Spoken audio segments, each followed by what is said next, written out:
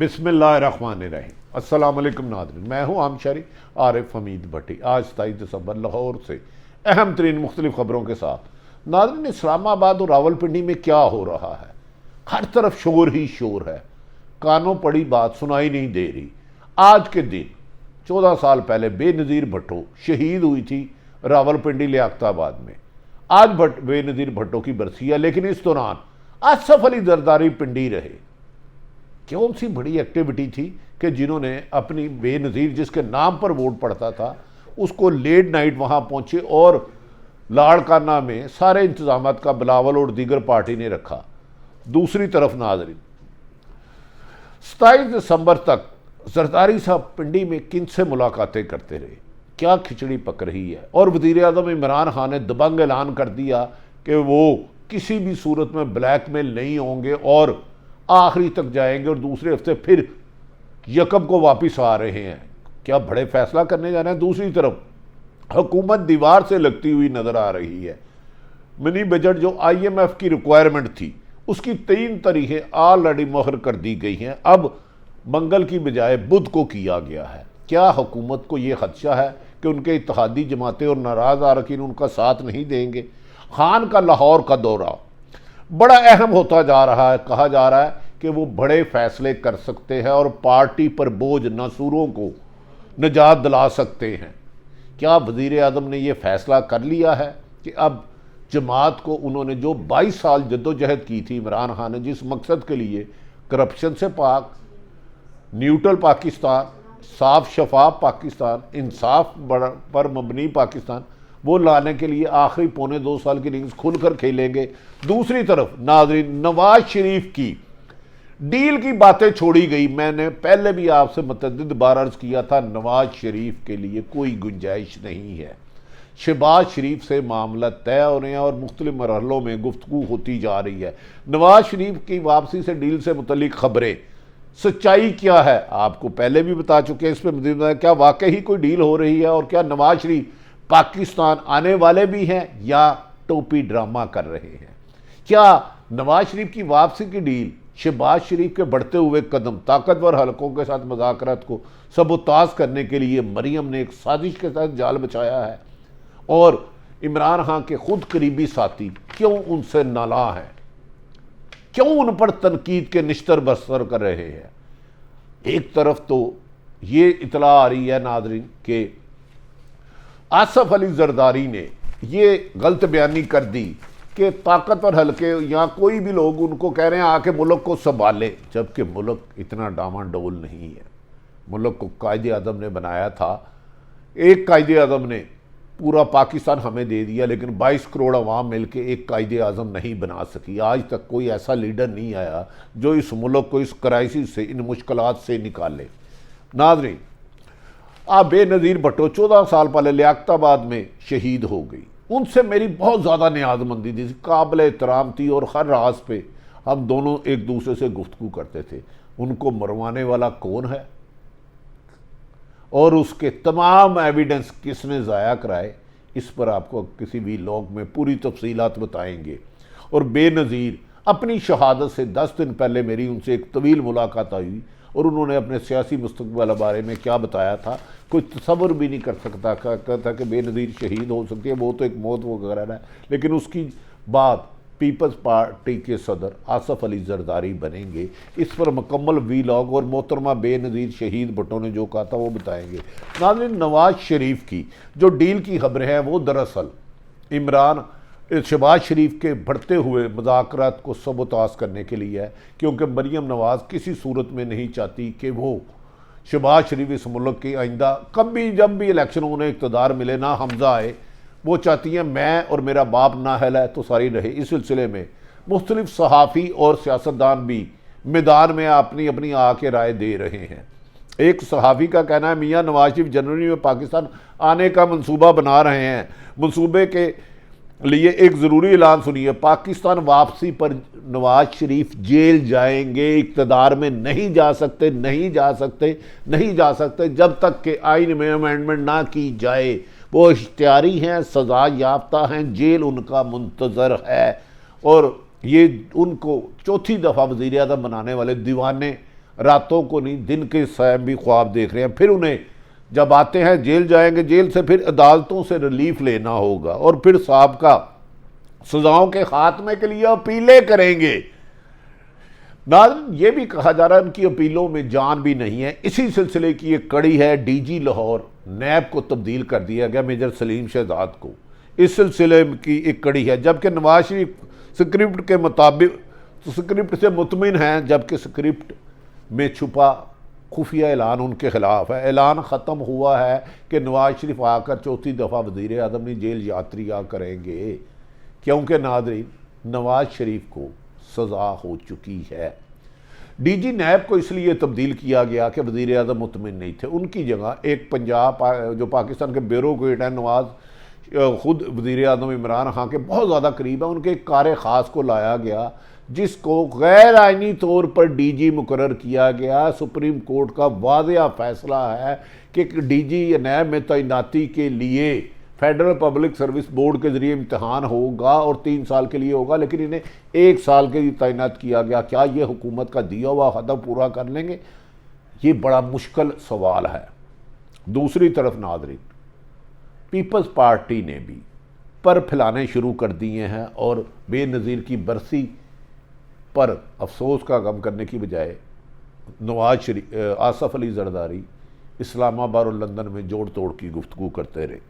दूसरी तरफ एक और सहाफ़ी ने आज खबर दी है जिसके मुताबिक कि कोई डील नहीं हुई, नवाज शरीफ वापस आ रहे हैं, ना ही नवाज शरीफ वापस आ रहे हैं। नाज़रीन, ये मैं कई मरतबा कह चुका हूँ, नवाज शरीफ को सिर्फ उस सूरत में वापस आएंगे जब लंदन में बरतानवी होम ऑफिस ने उनके ख़िलाफ़ फ़ैसला कर दिया, उनका पासपोर्ट ख़त्म हो चुका। अगर उधर वहाँ से डिपोर्ट करें या पकड़ के फेंके तो सिर्फ और सिर्फ उस मुल्क आ सकते हैं जहाँ से वो गए थे। तो लिहाजा उनके लिए ये फ़िज़ा बनाना कि डायरेक्ट उनके ताकतवरों से रबते हैं, इसकी ताकतवर हल्के सख्ती से तरदीद कर रहे हैं। उन्होंने कहा नवाज शरीफ से किसी ने रब्ता किया, ना मरियम से किया, ना ही करेंगे। ये बात वाशगाफ लफ्ज़ों में। इस मौके में आइंदा लंदन में यूके में मुस्लिम लीग नून पर गिरने वाली बिजली से डरने के लिए एक टोपी ड्रामा रचाया गया, जिस पर एजाज सादक साबिक स्पीकर कहते हैं कुछ होने वाला है। कुछ होने वाला नहीं, वो आएंगे तो सिर्फ जेल जाएंगे। और उनके साथ भी मुझे लगता है धोखा हो गया। नवाज शरीफ वापस आ रहे हैं, शायद जिन्होंने वो जनवरी से पहले आ जाए, तो भाई वो तो गए ही सिर्फ 4 हफ्ते के लिए थे, उन्हें तो आज तक किसी ने नहीं रोका। हुकूमत बार बार वादा कर चुकी है, इवन के शेख रशीद ने दावत दिया कि वो अपने पैसे की टिकट देंगे और उन्हें 1 टाइम ट्रैवल डॉक्यूमेंट्स भी देंगे। फिर नवाज शरीफ को आने में रुकावट कोई नहीं है। वो तो लाज की, कभी उनकी बेटी कहती है उनकी जान की ज़िंदगी की गारंटी दो तो वो अभी पाकिस्तान आ जाएंगे, कभी कहती हैं पाकिस्तान में इंसाफ नहीं मिलता और अब कहते हैं कि वो आएंगे नहीं। आएंगे तो जेल ही जाएंगे चौथी दफ़ा। आज इस वक्त तक उनके वज़ीर आज़म बनने के दूर तक कसार नहीं, क्योंकि सुप्रीम कोर्ट उन्हें ताहयात नाहल कर चुकी है और उसको तरमीम उसमें लाने के लिए आइन में तरमीम करना होगी, जो बादियुल नज़र में फ़िलहाल 2023 तक तो इमरान खान की हुकूमत है। ये तो तसव्वुर भी नहीं किया जा सकता इस हुकूमत में उन्हें इमरान खान 2/3 मेजोरिटी से तब्दील कर दे। दूसरी तरफ मुस्लिम लीग नून के रहनुमा एहसन इकबाल ने कहा नवाज शरीफ की वापसी इनके इलाज से मशरूत है। एक तरफ साबिक स्पीकर कौमी असम्बली कहते हैं मेरे साथ आने के लिए तैयार थे, दिसंबर में जनवरी में आ रहे हैं। बेटी उनकी कहती है उनकी ज़िंदगी की ज़मानत दो तो फिर आएंगे, मुझे अदालतों में इंसाफ नहीं मिलता लिहाजा पाकिस्तान नहीं आएंगे। और एक तरफ ये शोशा छोड़ा जा रहा है उनके माउथ पीसों के ज़रिए कि नवाज शरीफ वापस आ रहे हैं, जिनका हकीकत से कोई वास्ता नहीं, माँ सिवाय कि वो डिपोर्ट हो जाए। दूसरी तरफ मौलाना फजलुर रहमान ने बयान दिया था कि अदारों का हाथ उठा तो बल्दियाती इलेक्शन में नताइज देख लिए। इस पर शेख रशीद ने से सवाल किया गया तो उन्होंने ये जवाब दिया कि कोई हाथ नहीं उठा। यानी कि शेख रशीद आज भी कहते हैं कि हम हाथों के मुताज हैं। नहीं यार, इमरान खान साहब ने तो उसूलों की सियासत की, वो अवाम के वोट से आए हैं। आप शेख साहब उन्हें क्यों मशकूक कर रहे हैं? क्या इसका मतलब है कि जो अपोजिशन इल्ज़ाम लगा रही है कि उन्हें लाया गया है, आप इसकी सेकंड करें? आपको ये नहीं करना चाहिए। आप वज़ीर दाखिला हैं और आपके कहे हुए अल्फाज मैटर करते हैं अवाम के लिए। आपने शेख रशीद ने कहा कोई हाथ नहीं उठाया, अदारे 20-20 साल की पॉलिसियाँ बनाते हैं, 20 दिनों की नहीं। नहीं सर, अदारों की भी पॉलिसियाँ चेंज होती रहती हैं। किसी दौर में आप मुशर्रफ दौर में आप गिरफ़्तार हुए थे, फिर रिहा होकर वापस आए, फिर आपने पीटीआई ज्वाइन की, पीटीआई ने आपको वज़ीर बना लिया, और आजकल आपकी वजारत भी शेख रशीद साहब मेरी इन्फॉर्मेशन के मुताबिक ख़तरे में है। वज़ीर आज़म इमरान खान आपकी वजारत समेत और कई वज़ीरों को तब्दील करने के लिए मुशावरत कर रहे हैं, ताहम फैसला हतमी वही करेंगे। पीटीआई के अपने एमएनए, अब मुस्लिम पीटीआई की अंदरूनी सूरत हाल ये है कि इमरान खान ने तमाम तंजीमें तहलील कर दी, लेकिन उनकी जगह उनके भी नलायक ले आए, परवेज़ खुसरो को ले आए। परवेज़ खुसरो हर जमात में रह चुके हैं। क्या परवेज़ खुसरो नून लीग को, पीटीआई की हुकूमत को मजबूत करेंगे, या अपने आप को जनूबी पंजाब थड़ा जिन्होंने उनको पीटीआई की तरफ भेजा था उन्हें करेंगे? ये सवाल तो इमरान खान साहब का सोचना है, लेकिन हक उनका है, वो जिसे चाहे लगा सकते हैं। पीटीआई के नहायत मजबूत एमएनए जो हमेशा अपने नाम से जीते हैं, मेजर ताहिर सादक, उन्होंने आज खुल के कहा, ऐसी तनकीद कभी भी सियासी जमात में नहीं होती। उन्होंने कहा कि अपनी ही पार्टी के लोगों को नहल कह दिया। उन्होंने कहा पीटीआई के लोग नहल है, नलायक है। ये वो मेजर सादक कह रहे हैं जिन्होंने शौकत को, एक प्राइम मिनिस्टर बना था, अटक से इलेक्शन लड़ाया था। इनका अपना वोट बैंक बहुत बड़ा है। मेजर ताहिर का वज़ीर आज़म के करीब लोग सर्टिफाइड नाहल है, यानी कि सनत याफ्ता नाहल है।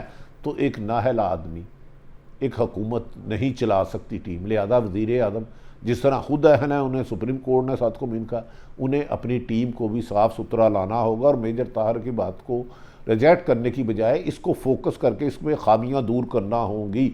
शेख रशीद साहब ने यहाँ तक भी कह दिया, वज़ीर आज़म को इतना बेबस लाचार कर दिया कि जैसे मुल्क के वज़ीर आज़म नहीं, किसी एक घर के वज़ीर आज़म। उन्होंने कहा वज़ीर आज़म इमरान खान ने चीनी आटा चोरों के खिलाफ कार्रवाई करना चाहिए, कब्ज़ा ग्रुप के खिलाफ कार्रवाई करना चाहिए। वो बहुत कुछ करना चाहते हैं, मगर माफियाज के हाथों इतने लंबे हैं कि इनके हाथ में नहीं डाला जा सकता कि वज़ीर आज़म बेबस हैं। वो किसी आइन शिकन को, कानून तोड़ने को, कब्ज़ा ग्रुप को, चीनी स्मगलिंग करने वालों को, जहीरा अंदोज़ों को, डाकुओं को, करप्शनों को सजा नहीं दे सकते। ये तस्लीम शेख रशीद वज़ीर दाखिला ने किया है। नाज़रीन, दूसरी तरफ नाज़रीन हैरत वाली बात है, आसफ अली ज़रदारी इस्लामाबाद क्यों आए थे?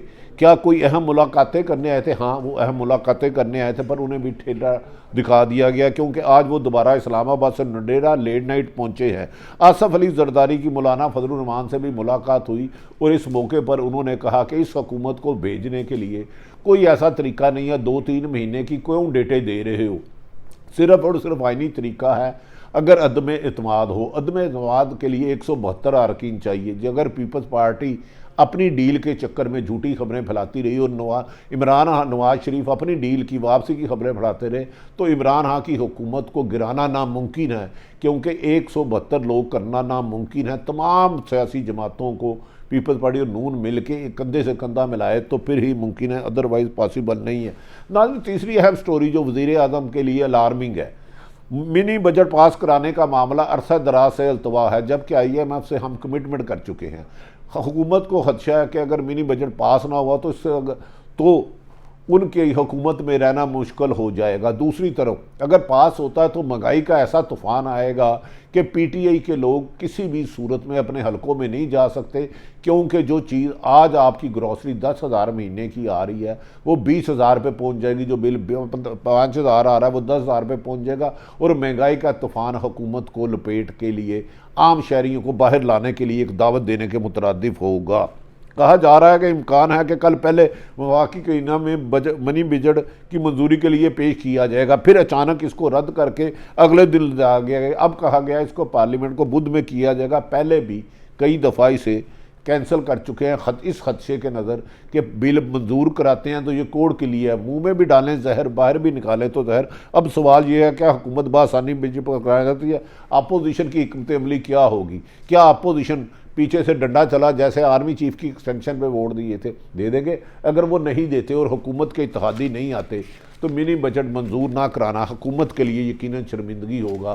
दूसरी तरफ वज़ीर आज़म इमरान खान ने 1 जनवरी को लाहौर में आना किया। कहा जा रहा है कि इस दौरान वो ऐसे फैसले करेंगे जो माजी में 3 साल नहीं कर सके। अगर वो ऐसे फैसले करते हैं कि PTI में घुसा हुआ लगड़ बगड़ के गंद को साफ करते हैं, तो वज़ीर आज़म इमरान खान के लिए अगला सियासत भी आसान होगा और उनकी कामयाबी भी रोशन हो सकती है।